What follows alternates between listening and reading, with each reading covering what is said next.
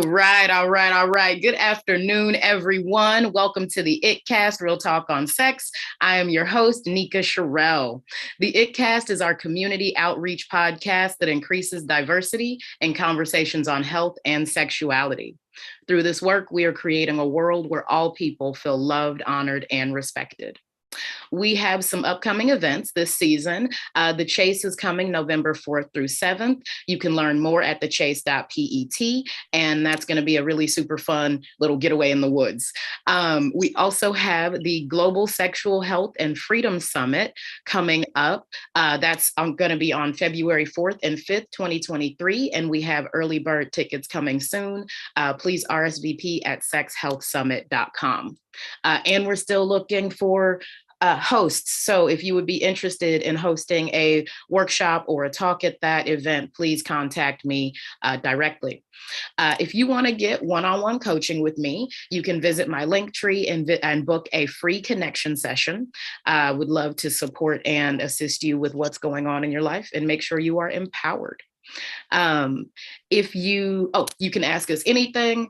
Please send in your questions while we're here on the show today. Also send them in. We've got a Google form on the Linktree. We want to hear from you. Click the link in the comments below, get access to our bonus content on Patreon, subscribe to this YouTube channel, and share with your community. Okay, we are going to dive in. This week, we are doing Real Talk on the Talk. And today in the booth, we have Olivia Sawi, Olivia Gail Olivia Gail Olivia Sawi, I'm so sorry, is an educator, instructor, facilitator, and coach. She's been with her wife, Annie, for 14 years, and they live in a multi-generational home with their child. Olivia is on the board of the Center of the Babaylan Studies and produces the podcast Kultivating Kapwa with her dear friend and host, Jana Lynne Umipig. Olivia's life experiences help guide her desires and assist people in searching for their deeper meaning and purpose in achieving that full potential. All right, Olivia, join us on the show. Hey, everyone. Hi. Oh, hi. I am so sorry I butchered your bio. Oh, it's all good. It's all good. Yeah. So I'm Olivia Gail Labalan Sawi. Yeah. I know that's a hard one. It's a hard one. It's a deep Filipino name. And so I'm on the board of the Center for Babaylan Studies. So that was a hard word too. Don't worry. I get it. I appreciate you. And I looked at it and I was like, got it. And then I was like, don't got it. Oh, no, it happens. It happens. Don't worry. Okay. So please tell us about yourself and why you chose to do the show. We'd love to get to know you. So hi, everyone. I am from the Bay Area. I live in Sunnyvale, California. And like Nika said, I'm in a multi-generational household. I live with my mom and dad, my wife and my son. And then my brother and his wife are also in this home. And my auntie, one of my mom's many siblings, lives here also. And so my son has a vast array of people to grow with. And, coming from a Filipino household, even though I was born and raised in America, it's very much Filipino style. And it's very unique because my wife and I have been together for many years. And my mother was actually the one who embraced my wife and asked her to come live with us after I would commute a lot. But it was actually my mom who had a harder time with me when I came out, because like many other Filipino families, it was I don't want your life to be hard type thing. It's but she has a lot of queer relatives, very close to her.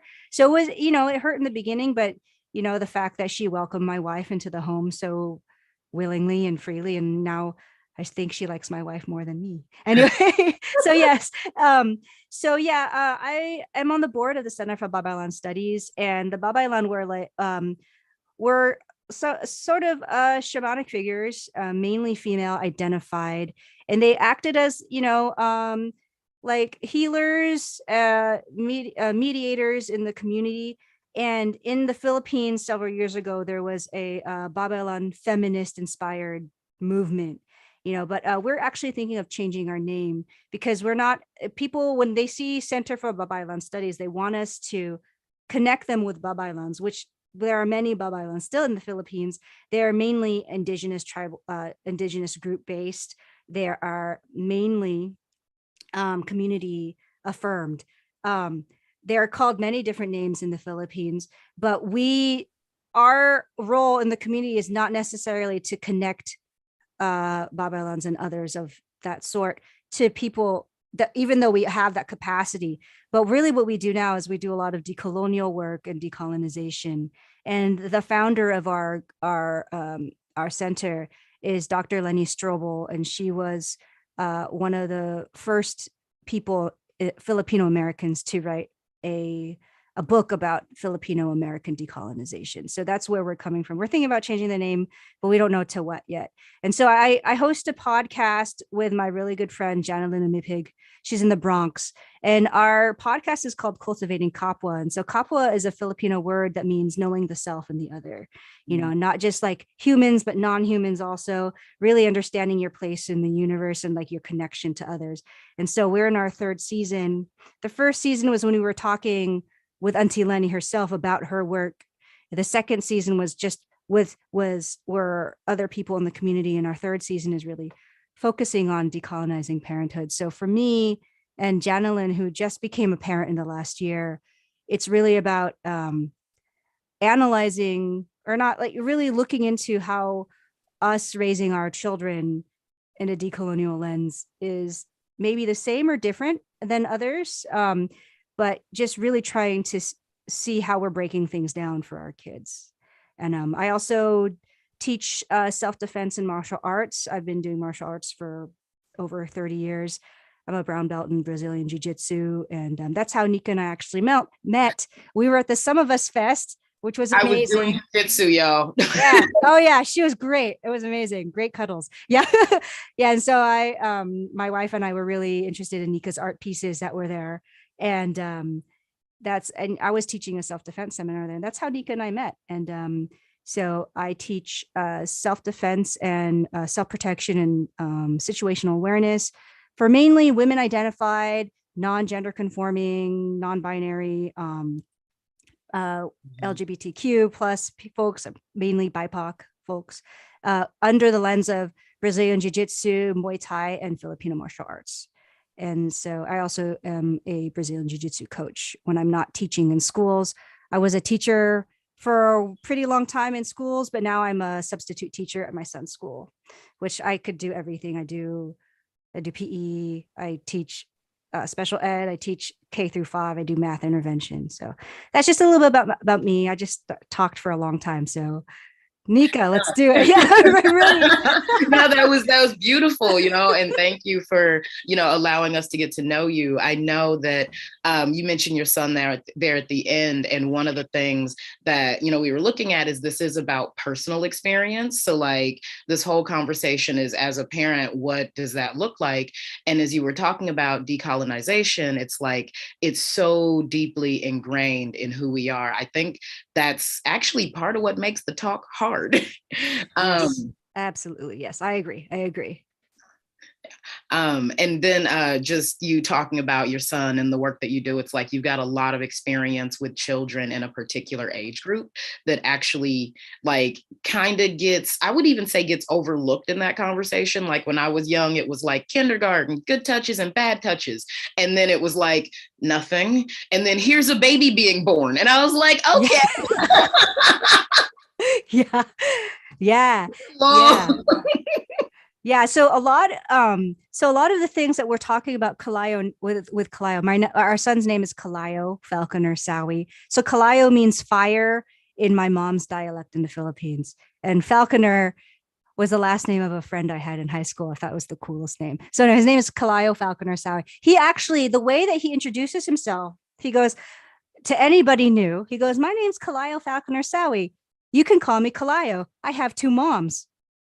And I'm like, cool. And I'm like, break it down. Like I have, every time he does that, I have like a tiny, like twinge of like anxiety, like more. It's like, how are they going to treat him after that? The kids don't really care. Sometimes they don't catch on, but like sometimes parents can be worse, so I always get scared for him because of that.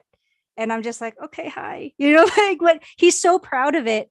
We've never told him to stop doing that, so but he's so proud of having two moms, and like, I'm like, great, you have two. Okay, and we just roll with it, so.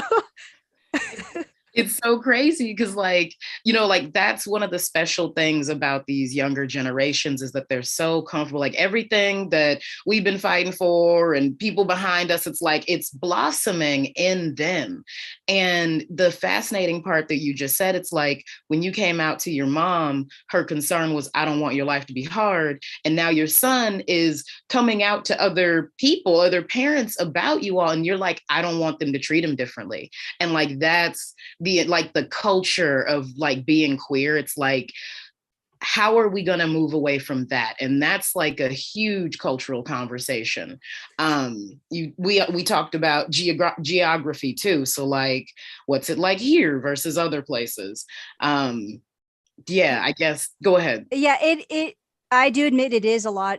It hasn't been as horrible living in the Bay Area. I can only imagine other places, like even though our marriage was legal when we had him, we still had to do second parent adoption paperwork. We had to go through this paperwork where we had to go to the court of Santa Clara County. I can't remember, but my friend helped me through the process. It was a long time, but we still, even though we were legally married, my wife is on the birth certificate as a second parent, right? And the birth story is a whole different thing. It wasn't actually as bad as I thought it would be, but like I still had to get paperwork. And even then it's still a lot easier. It cost under $100. And I remember going on these forums, like queer parenting forums. People have, in other states, folks have to pay thousands of dollars still. I don't know about now, but like back, 5-10 years ago, people still had to spend a lot of money for a lawyer, have a house visit for these second parent adoptions, but in other places, it's not as, it's like I said, it's a little bit easier here, but it's still, I can't imagine in other places. Like, I don't know, that our decision to have a family may have been different based on geography, so. Now the different types of discrimination and the way that people are taught. I mean, you're right. It's vastly different.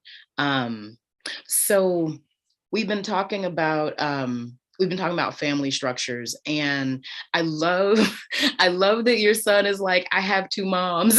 Yeah, I know, right? I got approached. I was at a Target, me and my best friend, and she had just had her first baby.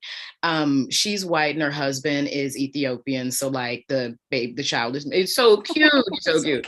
And so we're there, and she's pushing the baby around in the thing, and I'm getting stuff for us. And this little girl comes up to me, and she like looks at us, and she's like, I have two moms too. That's so cute.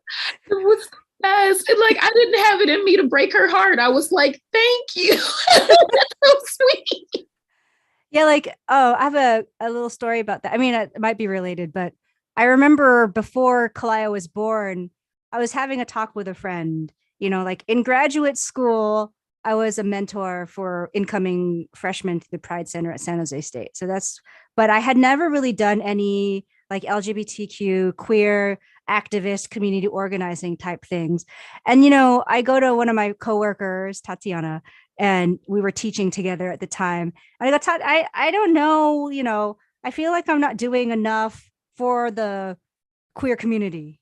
Like I felt like I wasn't like doing a lot, but she looks at me square in the eye. We can be jokesters, but she's pretty serious sometimes. And I admire her for that. She goes, Olivia, the fact that you have a family, that you're married and you're having a child is enough. You don't have to do that to be queer, like, and she's not even queer herself. Like, you're saying a lot by having a family, and then 7.5 years later, Kalaya goes, I have two moms. It's like, it's really cool, but it's like, oh, but like, I'm trying to examine like where that is coming from. It's like, I don't want him to be affected, you know? And that's actually a reason like Kalayo started jujitsu. I teach kids jujitsu.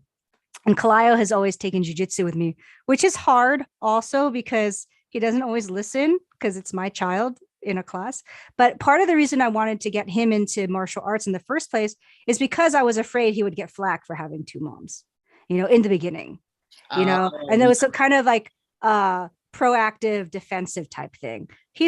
But he's so charming and cool and like likes everybody and people like him, you know, I just wanted him to have extra in his pocket just in case something went down, you know? Yeah, I mean, it's that level of protection, and you know that need comes from the fear. And there have been so many things that have taught us as queer people to be afraid that it's not okay. Like, do it in secrecy, do it in hiding. You know, like, and the fact that when people come out, the conversation is like it has to be like, oh, it's okay, I still love you anyway. Like, yeah. And it's like this just whole this whole level of assumptions and messaging that leads us to living deeply in, I mean, I'm gonna say fear, you know, like it's, yeah, I'm not even gonna balance that out with anything else. That's just what it is. You know, fear for us, fear for, like you said, your son. Yeah, I came out when I was 16, but I've always known, you know, but I went to a Catholic prep high school here in the Bay Area, in Mountain View. And I knew all the queer people knew me, but I wasn't out, you know, people who knew, but people who didn't care. I was not part of like the popular crowd. So I was like, definitely not, nobody really cared, like paid attention to who I was anyway. Like I was a band nerd, you know, I was in band and like I had friends like in every group, but I didn't come out really fully until I was in college, you know? So like I looking back at it, you know, I don't in the times because I graduated from high school in the year 2000. So things were different, you know, and in a Catholic high school in like a fairly conservative, you know, school because it was Catholic, like lots of wealthy people, you know. So I didn't know, you know, but like now I think things are changing there. I don't know. I haven't been there for a while, you know, like, you know, it's like it's been 20 years. So, but yeah, it's just different, you know. I had the same, a similar experience. I shouldn't say the same. So with the Christian upbringing, I felt very vilified and demonized. Like I couldn't be who I was. And so I had a lot of shame. And I was like, well, why am I doing this? Why do I like that? This doesn't make any sense. I'm a horrible person. There was all of this stuff. And so I had convinced myself that that's not who I am. And I was going to like figure out how to live this different life. And when I did come out, like everybody else was like, yeah, we knew. Whatever. What's for lunch, you know? Like, no one was surprised except me. So let's talk about like gender and sexuality, because I think there's a way in which we, you know, like it's coming up in this conversation and we're more open about it. So what are we saying to our kids? Yeah, so a lot of this stuff that I'm going to be talking about like really came to me from actually an episode that we actually recorded with Justine Fonte. She's a sex educator based out of New York. I think Brooklyn. I can't remember, but she's amazing. I bow to her. She's really cool. So first, a lot of the things that they do in kindergarten, I know, especially in kindergarten, it's part of the I don't quote me on this. I think it's part of the California curriculum for kindergarten to identify male and female. So they say, is this a boy or is this a girl? I've been asked several times, even kids through first, second grade, are you a boy or a girl? And I don't know if that's because, you know, they don't want to know how I identify or they just can't tell. I have, you know, I wear my hair down. It's a little bit longer. I've kept it longer because I've been lazy, but generally because I want kids to try to figure it out, you know, like, the way that they show their markers, I guess, in as for gender, boys and girls, I think a few of it is hair length and the clothes they wear. But I don't actually know what they're doing in classrooms. But a lot of the kindergarten teachers are some of them are younger. There's a vast array of people who teach kindergarten. So I don't know how it's being presented, but I do know that our first and at least kindergarten, I don't know how much first grade, but it is like really boy, girl, and, in some sense for kids, sometimes categorizing is easier for them. But then, Kaleo has always been raised by me. I'm not completely feminine presenting, and my wife is more non-binary presenting. She identifies as female still, but we've had discussions. She's like, am I trans? I don't know if I care. That's the kind of the thing. She wears her hair short, and like, she does like, a lot of stuff. She cooks and cleans, but she also does a lot of like, she's an electrician. So she, gender roles don't really mean much because, we're both women, but like presenting, we're kind of a mix of everything. And so that's different also. So Kaleo has always been raised around this. And, we have a lot of friends who are trans. We have a lot of friends who are non-binary, not a lot, but like we have friends who don't, go in any box. So he's been raised around this and like with free, like open communication around that. So the conversation we have been having recently is like, you have a penis, right? I have a vagina. He goes, and the conversation that was aided by Justine Fonte was like, a lot of boys have penises, but not all boys have penises. Most girls have vaginas, but not all girls have vaginas. Not all girls have boobs, which, in general, like not, so these gender markers that they're not always, it's not for him, he's still trying to figure it out. Like, we had a topic, we were talking about what being trans means, he goes, Mama, are you trans? I'm like, no, Baba, I was born female and I identify as a female. I think that's what I said to him. And so he's trying to figure out what the trans thing means. Cause I think he heard about it somewhere or he read about it somewhere because he's really good at reading now. And so these conversations are coming up at least in gender expression. He likes fancy frilly things, but he also likes like really like, I guess I hate the word masculine, but like cars and explosions and stuff like that.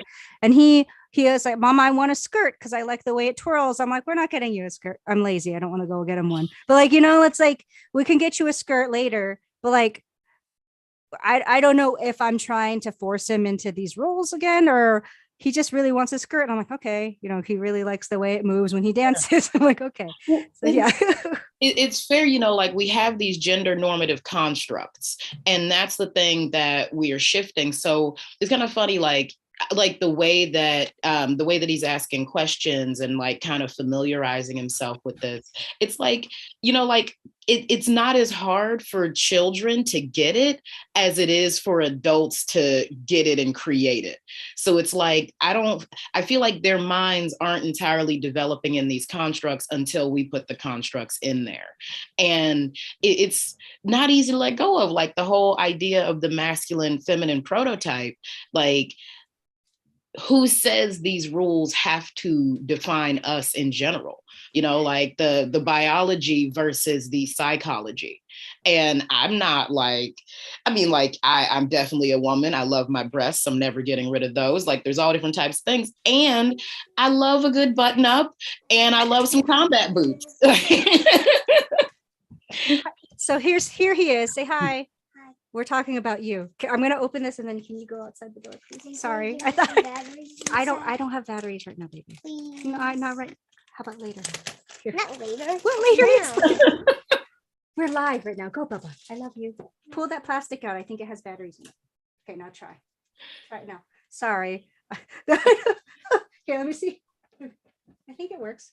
Oh yeah, look. See, it works. Cute. Okay. Cute. Go, Bubba. Go. Can you close the door, please? Go ahead. I love you. Okay, close the door, baby. Don't leave the light on. Close the door. Go. Okay, he knows when I'm recording and he knows when I'm on Zoom, and it's like both at the same time. So he's in heaven. Like he loves coming on screen. Thanks, everyone. So yeah, that was Kyle. Oh gosh. Oh gosh. Yeah, I can't say I haven't had that happen before. Yes. Oh, so yeah, I don't feel like there's as much to shift in the way that they think, and it's not going to be as hard for them as we perceive that it is. One of my friends teaches preschool, and this was just like the best thing for me. Each day when the children go in, they ask like, "How do you want to identify today?" And they can pick whatever they want, whether it's masculine or feminine or like any, and anything on the range, but really I don't like to say in between, like anything that doesn't fit the normative paradigm. And they get to choose. They come in and they're like, oh, well, today this is who I am, and that's who I am. And it breaks down that idea that you have to be a certain way. Mm-hmm. Like I love the fact that your son wants to wear a skirt, and I'm like, oh my God, yes. Like boys dance really well actually when they're gracefully flying. No, he's actually quite good at dancing. That's the thing, like, and I love what you're saying. Kids get it so much faster. They know there's, like you're saying, there's no construct. They still have an imagination, and everything can be interpreted however, it really isn't until adults come, and kids understand pronouns really easily. If you just, okay, that's, they'll correct you, like, and even like I've seen this teaching jujitsu. Like I've had a couple of students whose parents come to me like, they're trying out this gender right now. I'm like, okay, cool. And they feel comfortable talking to me because I'm queer, and they know I'm queer, and they know my family, and so they feel comfortable. Like I have one student who was trying different stuff, and I have one student who is trans right now, and a former student, she's trans. We're really good friends. With the family and I are really good friends. One of Kalaya's good friends. But it's come up, and younger people, young people are exploring, and it's really amazing. It's amazing to see that and their parents. It was really cool is seeing how well their parents are dealing with it. Like I really have to commend these parents who are not queer. They are really great allies now. Like, and right. I have, and one family, like, they took the kid to a therapist to make sure they were doing things right, not because they wanted to change the child. They wanted to make sure they weren't hurting the child by allowing this freedom, like how do we step out of the way and let the child lead for now, and the other family who I'm really good friends with, the mom does all this advocate, she's like she does help. She works with the Trevor Project now, just because to help, yeah. So she's like she just finished her training. She's been doing, I guess, suicide prevention on phone banking. Like she's been doing that for a few months already because her daughter, they were activists, they were active before, but now that the daughter is trans, like it really brought this really cool warriorship out of these people, which is, it's really, really cool to see that more and more parents are really getting it.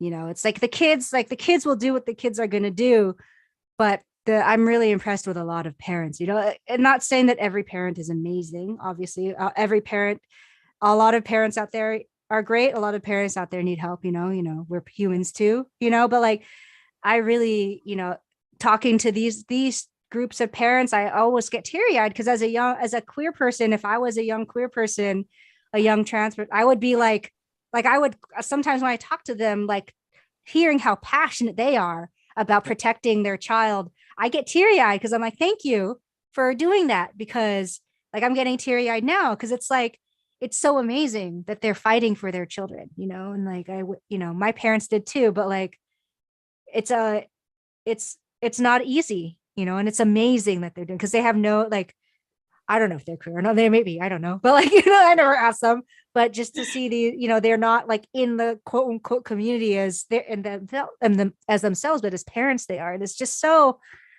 it's so cool. There's a young kids, so. Yeah. Like, one of the things, Oh, we got a message in the chat. It's an understanding of unconditional love. Mm-hmm. Yeah. Exactly. Mm-hmm. To your point, you mentioned earlier, being married and raising a child, like these things that seem so simple, like that's a revolutionary act. Like these are the things that are transforming our world. And like being parents that care,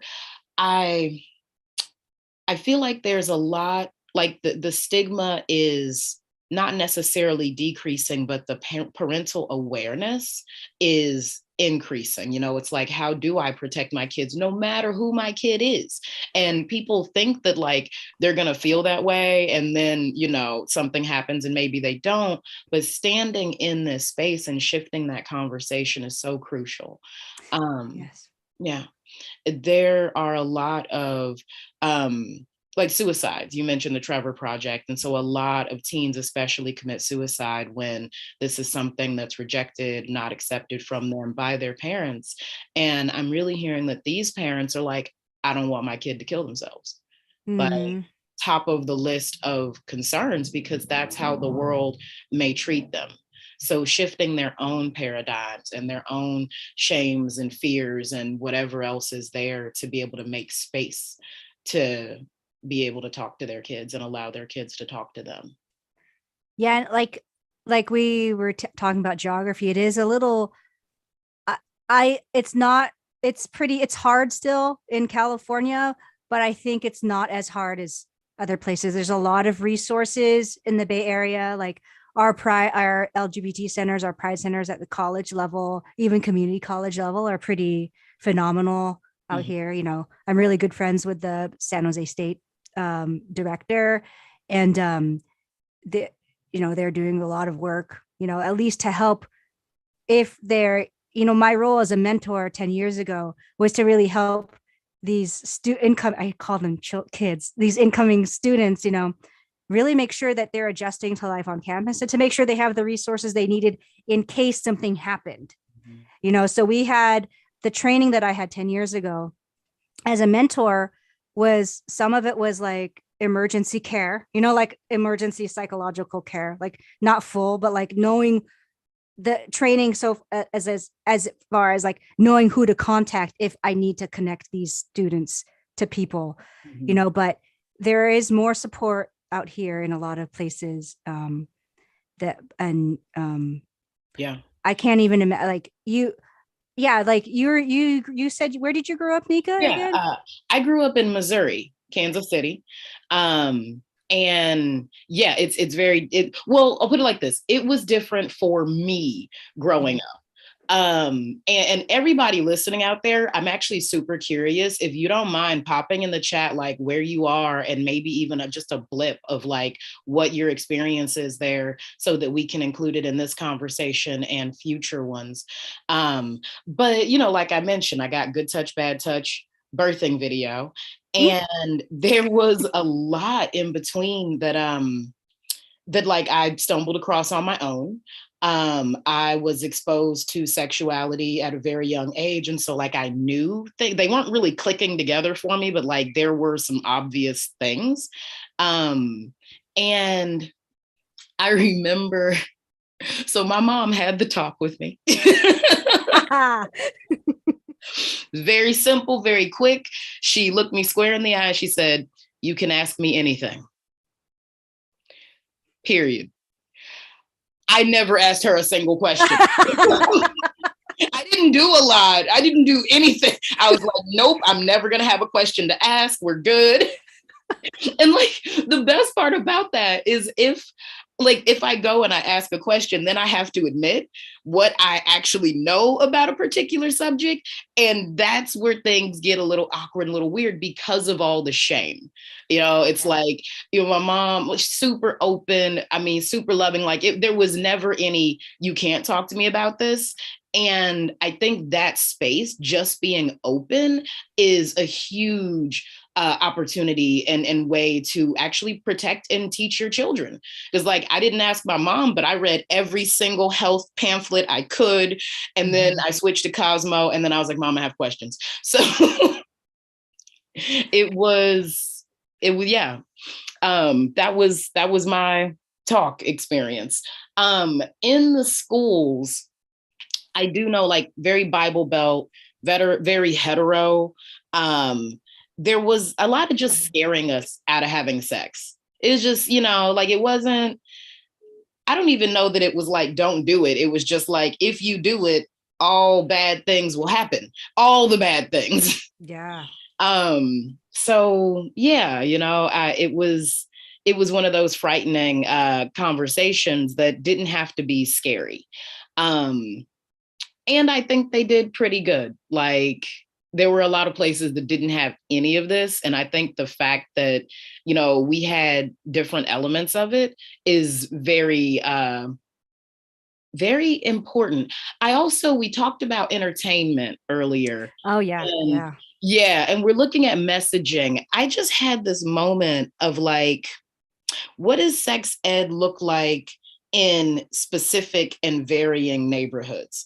I grew up in a very Black segregated neighborhood, going to public schools that were very intentionally segregated for specific groups of people. And I'm like, well, what did we learn that was different about what the kids learned in Grandview or Shawnee Mission, or like these other schools that have completely different districts and completely different demographics of people? I have a real, I have a feeling that was a different conversation. Not better, not worse, just different. I think in our district, I remember in middle school, because I was in the public schools through middle school, and then I went to prep high school.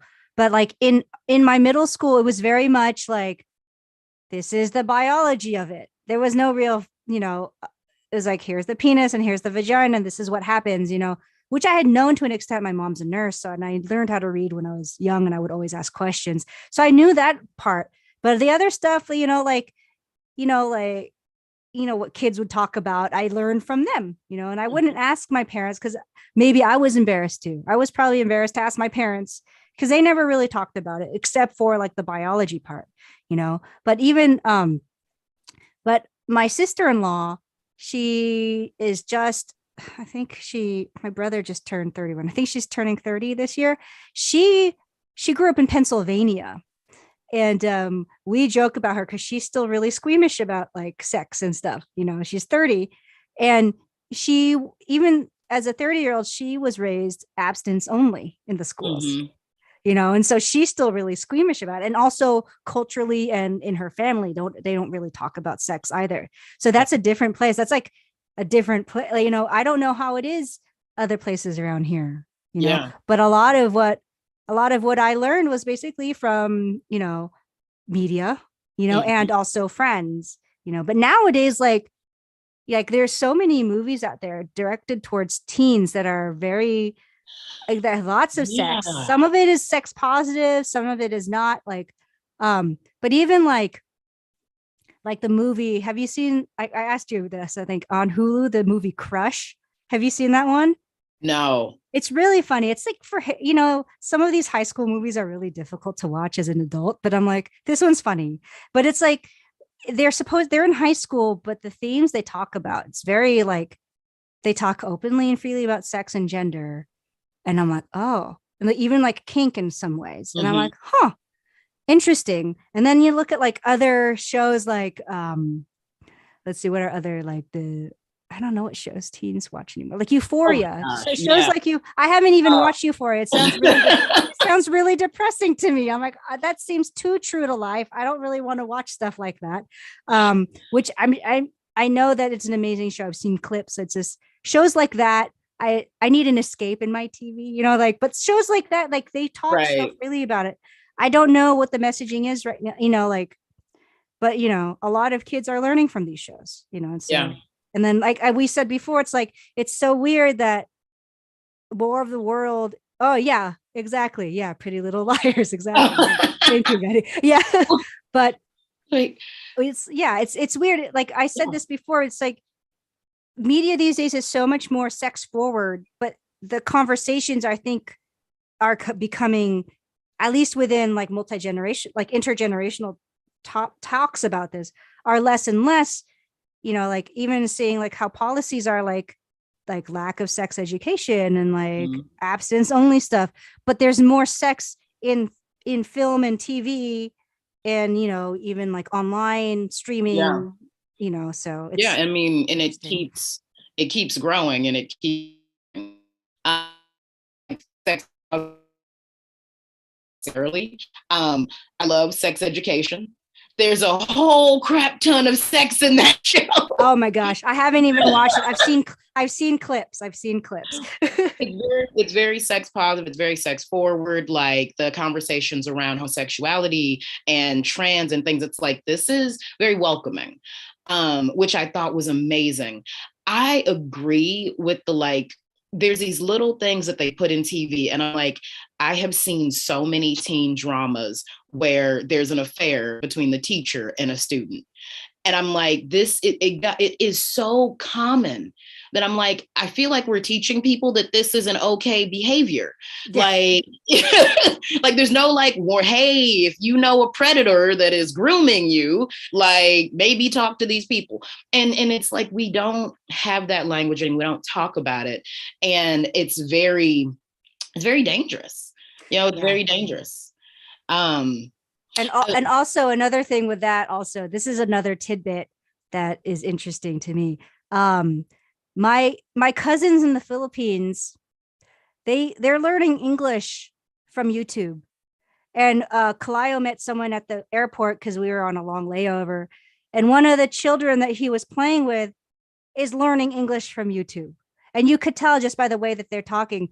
But these kids, like, who knows how much further it goes? Like, I don't know if I think it's Philippines wide. I don't know if it's worldwide, but they're learning about culture and language through YouTube, things like platforms like YouTube. So it's like, what are they seeing? And and that's even more removed because they're not even here. Like, what are their conversations? What happens when they have questions about this stuff that they see? It's like the world is opening up and like people are falling, and the conversations I think can be better, you know, worldwide, like not, especially in our communities, especially our families. It's just interesting because like, you know, like things like TikTok and stuff like that, they have conversations amongst themselves, but there's like, I wonder, I'm sure they have mentors also. I'm sure there's like a mentorship that they find. I hope they're finding a mentor, not just amongst themselves. But it's just interesting because like people like in the Philippines, we just came back after a month in the Philippines, and we're in the middle of the jungle, basically, like in this really small town. Everybody has TikTok and everybody has YouTube.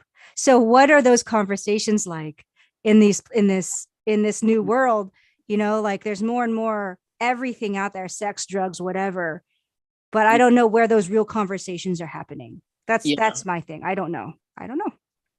That's very real. And you know, like looking at it from a cultural perspective, that's one of the other, you know, potentially limiting and potentially not factors in how we relate to sex and sexuality. And to your point with like, you know, these kids learning how to speak English on YouTube, I learned about sex through porn. Like, this is such a common thing. And like, again, the ripple, like I'm like that type of stuff is on YouTube and so forth and so on. So the questions that it brings and the culture that it creates, you know, when you've got this very, you know, it's very glamorized, idolized concept of culture that has these very normative aspects of it. Now, like it's colonizing the thinking of the planet, you know, like that's what is happening.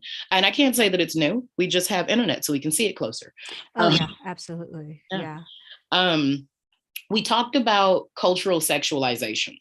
And I think in the whole context of the talk in general, talking about sexualization is incredibly important because that's something that as we grow, we deal with and understand differently. Yeah, that was the end of that sentence. Oh, okay, cool. Let's talk about sexualization.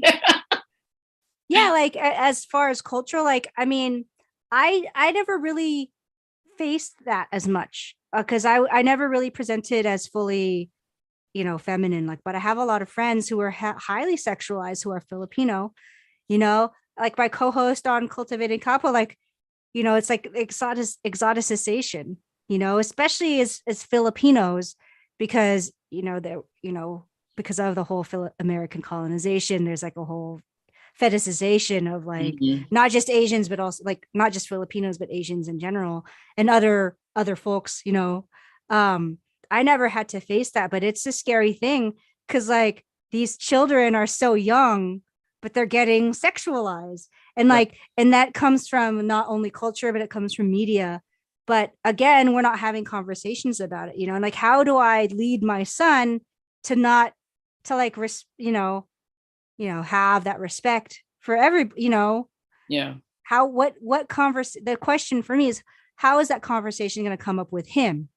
Like I hate to say this, but like my wife and I were a little bit relieved. I hate saying that. We were relieved when we knew we were going to have a assigned male at birth, because we were afraid if we had a female assigned at birth, like what that messaging would be. How would we raise an assigned female at birth person in this world where it's kind of shitty, and people can be shitty, like, and especially coming from, because I was the gestating partner, and the donor we chose was white, and so Kalai was half, and like a lot of times folks who are half something another, like they're not, I don't want to say more exoticized, but they're like, there's like an intrigue to them, right? So how would that work?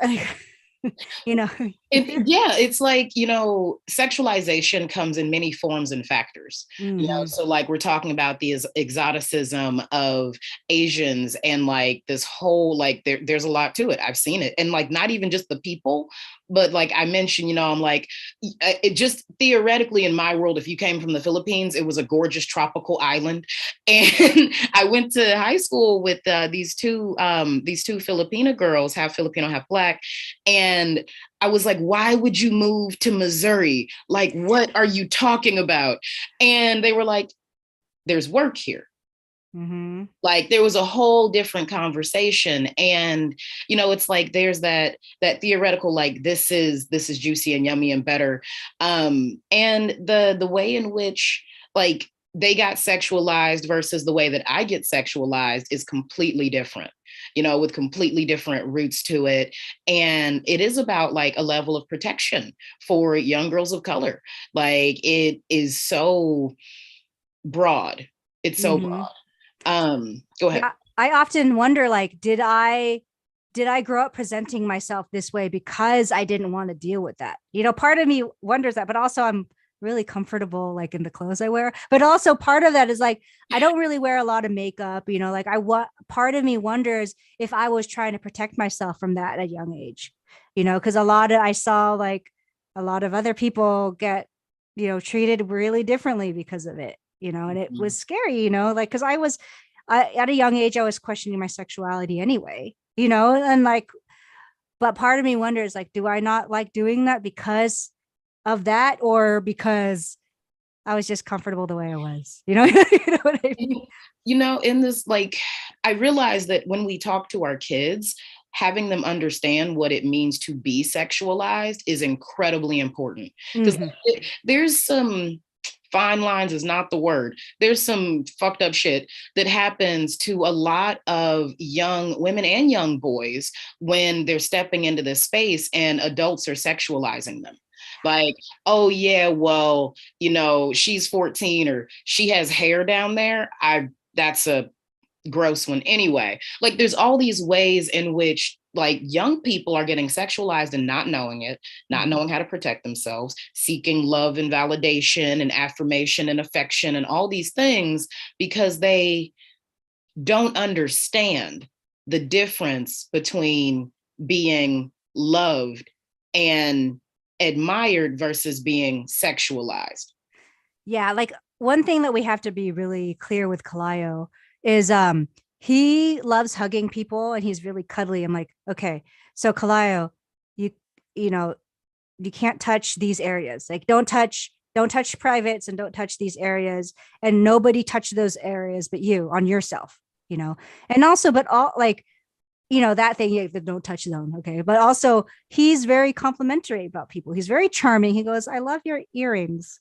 I like your eyes. I like your, I like, and like, I'm listening to him, and I'm like listening to make sure like what he says is not like being construed weird, like in a different way. Cause I don't want him to get in that trap. Like, your son was saying this to my daughter or my son, whatever. And I don't want, I want him to stay safe too. So how is that messaging? I want him to still be loving, but like respectful of like not only space, but like what he says, but he's so cute and charming about it. It's like, I love your shoes. I'm like, okay. Like, so people are like, oh, thank you. I love your earrings. Oh, thank you.